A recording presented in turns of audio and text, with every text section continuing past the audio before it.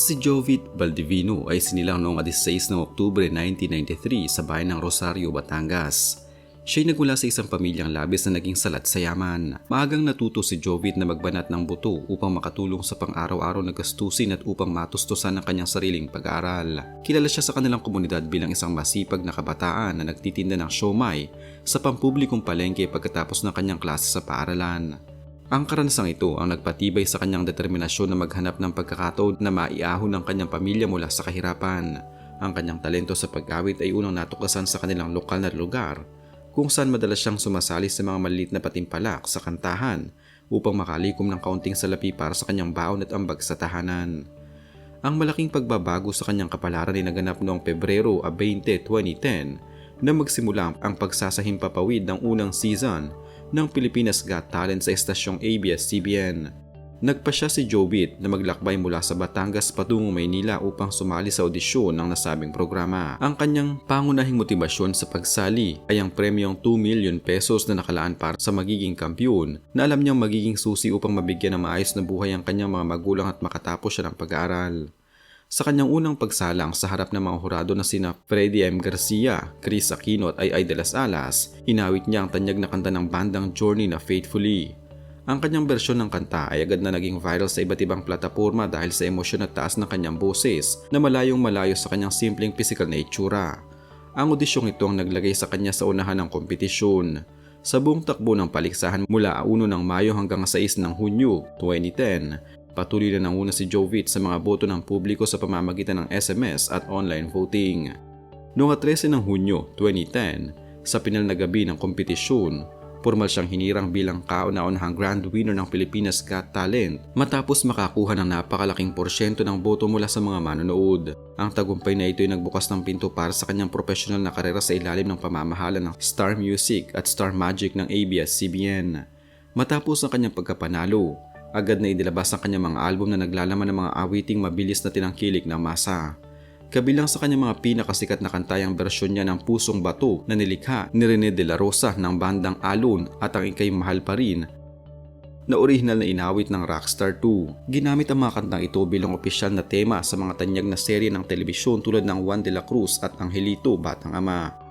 Naging regular din siyang bahagi ng lingguhang programang ASAP at nakasama sa iba't ibang palabas tulad ng seryeng Idol noong 2010, Mula sa Puso noong 2011 at Walang Hanggan noong 2012. Noong 2016, sumali rin siya sa paliksahang We Love OPM bilang miyembro ng grupong Tres Cantos, kung saan ipinamalas niya ang kanyang kakayahan sa pagkanta bilang bahagi ng isang grupo. Sa loob ng maraming taon, naging matatag ang kanyang pangalan bilang isa sa mga pangunahing mga awit ng bansa. Kasabay ng kanyang kasikatan ang pagdating ng mga kontrobersiya sa kanyang personal na buhay na naging paksa ng mga balita noong siya'y nabubuhay pa. Ang isa sa mga pinakapinag-usapang isyu ay ang kanyang mga nakaraang relasyon at ang usapin ukol sa sustento at kustodiya ng kanyang mga anak. Si Jovit ay nagkaroon ng relasyon kay Loris K. Bermillo na naging isang kalahok sa paliksahang Star Power. Mula sa relasyong ito, isinila ang kanyang panganay na anak na si Zodi, na kalaunan idinala ng kanyang ina sa bansang Canada upang doon manirahan. Matapos ang relasyong ito, naging kasintahan naman ni Jovit si Shara Chavez. Noong 2016, isinila ang kanilang anak na pinangalan ng Akea. Gayunpaman, noong Hunyo 2017, naging viral sa social media ang kanilang hiwalayan matapos ang hayagang akusahan ni Shara si Jovit ng pagtataksil at ang di umano'y pagkakaroon nito ng bisyo ng pagsusugal. Noong Agosto 2021, muling naging sentro ng kontrobersiya si Jovit nang maghain ng legal na hakbang upang makuha ang kustodiya ng kanyang anak na si Akea mula kay Shara Chavez. Ayon kay Jovit, nais niya masigurado ang kapakanan ng bata. Agad naman itong sinagot ni Shara sa pamamagitan ng mga pahayag sa media kung saan isinawalat niya na si Jovit ay hindi nagbibigay ng sapat at regular na pinansyal na sustento para sa bata sa loob ng nakalipas na 5 taon. Ang palitan ng pahayag sa pagitan ng dalawang panig ay naging paksa ng masusing pagsubaybay ng mga kolumnista at tagahanga na nagdulot ng negatibong epekto sa imahe ng mga awit. Bukod sa mga isyong pampamilya, nagkaroon din ng mga ulat hinggil sa kanyang pananalapi at unti-unting pagbawas ng kanyang mga proyekto sa telebisyon na nagbigay daan sa mga haka-haka ukol sa totoong kalagayan ng kanyang karera bago dumating ang taong 2022. Ang buhay ni Jovit Baldivino ay biglang naputol noong Disyembre 9, 2022 sa edad na 29, isang balita na nagdulot ng matinding gulat at lungkot sa buong bansa. Ang sanhi ng kanyang pagkamatay ay brain aneurysm na nagresulta sa isang mild hemorrhagic stroke. Ayon sa opisyal na pahayag ng kanyang pamilya at ng kanyang dating tagapamahala na si Jerry Telan, nagsimula ang serye ng mga pangyayari noong Desyembre 3, 2022. Si Jovit ay inimbitahan na dumalo at mag-perform sa isang Christmas party ng isang lokal na opisyal sa Batangas City. Bago ang nasabing kaganapan, si Jovit ay kasalukuyan na nagpapagaling mula sa alta presyon at pinayuhan ng kanyang mga doktor na iwasan muna ang pagkanta at labis na pagkapagod. Gayunpaman, dahil sa kanyang pagiging mapagbigay at hiling ng mga tao sa pagtitipon, napilitan siyang maghandog ng isang awitin. Matapos niyang awitin ng 3 kanta, bigla siyang nakaranas ng matinding hirap sa paghinga. Dahil sa kritikal na sitwasyon, agad siyang isinugod sa Jesus of Nazareth Hospital na matatagpuan sa Batangas City noong gabi ng Desyembre 3, 2022. Sa ospital, sumilalim siya sa isang CT scan na nagpakita na mayroong namumuong dugo sa kanyang utak na unang malinaw na palatandaan ng aneurysm. Agad siyang isinalang sa isang emergency operation upang subukang tanggalin ang pamumuo ng dugo at mapababang presyon sa kanyang utak.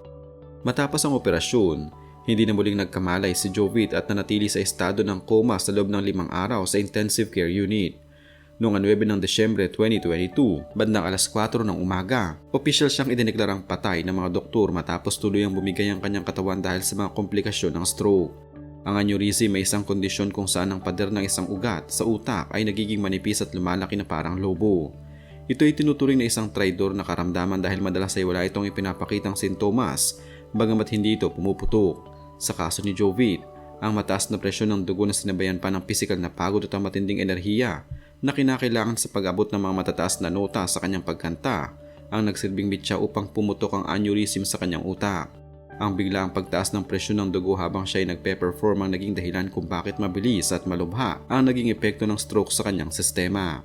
Sa usapin kung anong maaari sanang ginawa upang maiwasan ang maagang kamatayan, ang pangunahing hakbang ay ang mahigpit na pagsunod sa medikal na payo ng mga doktor. Dahil alam na ng kanyang pamilya na siya ay may umiiral na kondisyon na altapresyon, dapat ay hindi na siya pinayagan o pinilit na mag-perform sa nasabing okasyon. Kahit pa bilang pagbibigay galang sa mga bisita, ang ganap na pahinga o bed rest ang kailangan ng kanyang katawan sa mga panahong iyon upang mapanatiling normal ang kanyang blood pressure.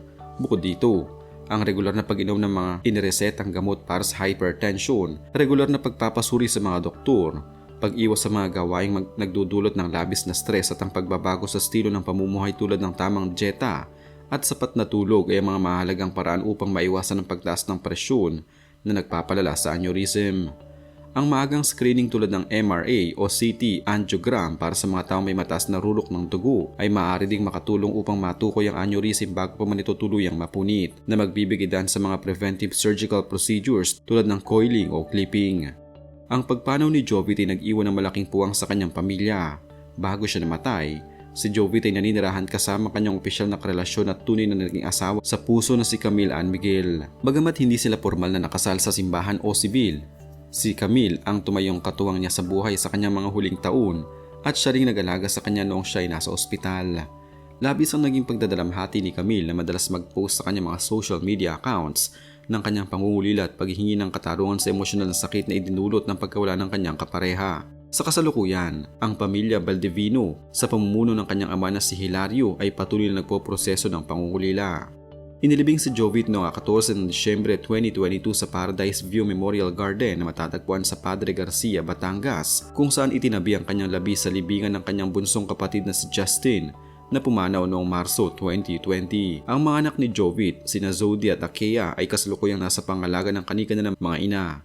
Ang pagkawala ni Jovit bilang pangunahing tagapagtaguyod ng pamilya ay nag-iwan din ng hamon sa pananalapi para sa kanyang mga magulang na umaasa sa kanyang kita mula sa mga out-of-town shows at mga natitirang royalties mula sa kanyang mga awitin sa ilalim ng Star Music. Gayunpaman, ang kanyang pamilya ay patuloy na sinusuportahan ng mga kaibigan mula sa industriya ng sining na hindi nakalimot sa kabutihang ipinakita ng mga awit noong siya ay nabubuhay pa. Si Jovit Valdivino ay isang patunay na ang talento ay walang pinipilang estado sa lipunan. Mula sa pagiging isang simpleng tindero ng siomai sa Rosario, Batangas, nagawa niyang itaas ang kanyang antas sa pamamagitan ng kanyang determinasyon at pambihirang boses sa Pilipinas Got Talent noong 2010. Ang kanyang biglaang pagpanaw sa edad na 29 dahil sa brain aneurysm ay isang paalala na sa kahalagahan ng pangalaga sa kalusugan kahit nasa gitna ng pagtupad sa mga pangarap at tungkulin.